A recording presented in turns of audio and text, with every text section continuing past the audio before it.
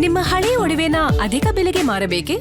ಅಟಿಕಾಗೆ call ಮಾಡಿ 8803000300. Attica gold company.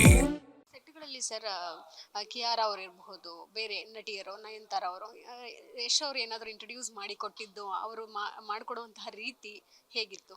ಇಲ್ಲ ಆ ಯಶ್ ಸರ್ ಯಾರೇ ಬಂದರು, ಯಾರೇ ಹೊರಗಡೆ ಇದ್ರು ನಮ್ಮನ್ನೆಲ್ಲ ಇಂಟ್ರೊಡ್ಯೂಸ್ ಮಾಡಿಸ್ತಾ ಇದ್ರು. ಅಂದರೆ ಈಗ ಪ್ರತಿಯೊಬ್ಬರು ಟೆಕ್ನಿಷಿಯನ್ಸ್ನ ಎಲ್ಲರೂ ನನ್ನೊಬ್ಬನೇ ಅಂತಲ್ಲ, ಎಲ್ಲರೂ ಅಷ್ಟೇ. ಅವರು ಯಾಕಂದರೆ ಅವ್ರ ಬಗ್ಗೆ ಹೇಳಿ ಒಂದೆರಡು ಮಾತು ಹೇಳಿ ಇಂಟ್ರೊಡ್ಯೂಸ್ ಮಾಡಿಕೊಡೋರು.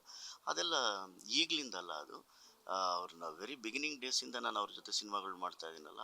ಅವ್ರು ಬಂದಾಗ ಯಾರು ಹೊಸಬರು ಬಂದರೆ ನಮ್ಗೆ ಗೊತ್ತಿಲ್ಲ ಅಂತ ಅವ್ರು ಇಂಟ್ರೊಡ್ಯೂಸ್ ಮಾಡಿಕೊಡೋರು. ಕ್ಯಾರವನಲ್ಲಿ ಡಿಸ್ಕಷನ್ ನಡಿಬೇಕಾದ್ರೆಲ್ಲ ಅದೆಲ್ಲ ಮಾಡಿ ಈ ಆವಾಗಿಂದನೂ ಇದು ಎಷ್ಟು ಸಾರಿಗಿದೆ. ಅವರು ಕ್ಯಾರೆಕ್ಟರ್ ಡಿಫ್ರೆಂಟ್ ಕ್ಯಾರೆಕ್ಟರ್ ಅವ್ರದ್ದು. ಈ ಒಂದು ಸಿನಿಮಾ ಅಂತ ಹೇಳಿದ್ರೆ ಎಲ್ಲಾ ರೀತಿನೂ ವಿಮರ್ಶೆಗಳು ಬರುವಂಥದ್ದು ಸಹಜ ಸರ್. ಯಾಕಂತ ಹೇಳಿದ್ರೆ ಅವ್ರವ್ರ ಅಭಿಪ್ರಾಯಗಳನ್ನ ಹೇಳ್ತಿರ್ತಾರೆ.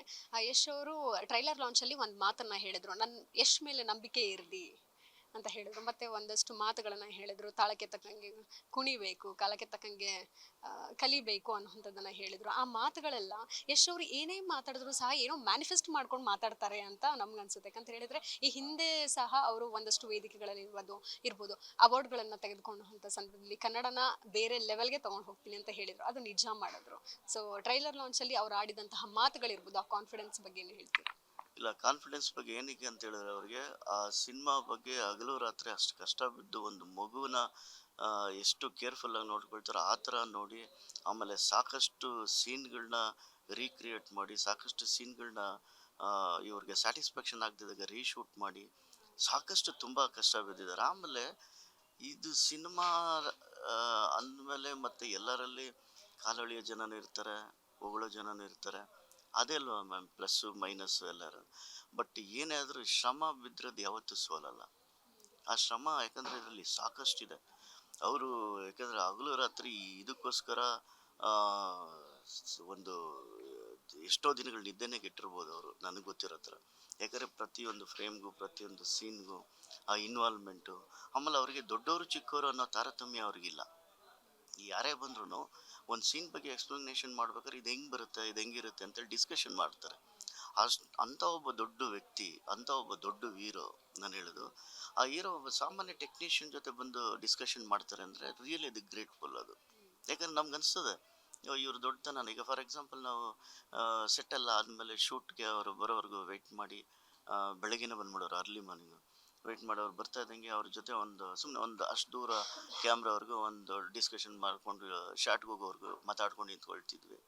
ಬಟ್ ಇವತ್ತು ಟಾಕ್ಸಿಕ್ ಶೂಟ್ ಮಾಡೋ ಟೈಮಲ್ಲಿ ನಾನು ಹೇಳ್ತಾ ಇರೋದು, ವೆರಿ ಬಿಗಿನಿಂಗ್ ಡೇಸ್ ನಾನು ಹೇಳ್ತಾ ಇರೋದು, ಯಾವಾಗ ಗೂಗ್ಲಿ, ಈ ಗಜಕೇಸರಿ, ರಾಕಿ ಮತ್ತು ಈ ಕಿರಾತಕ, ಸಂತು ಸ್ಟ್ರೈಟ್ ಫಾರ್ವರ್ಡು, ರಾಮಾಚಾರಿ, ಈ ಟೈಮಲ್ಲೆಲ್ಲ ನಮ್ಮ ಹತ್ರ ಹೆಂಗಿದ್ರು ಆರಾಮ್ಸೆ ಹೆಗ್ಲ ಮೇಲೆ ಕೈ ಹಾಕೊಂಡು ಜೊತೆನಲ್ಲಿ ಹಿಡ್ಕೊಂಡು ಮಾತಾಡಿಕೊಂಡು ಟಾಕ್ಸಿಕ್ ಸೆಟ್ಟಲ್ಲೂ ಹಂಗೆ ಇರೋರು.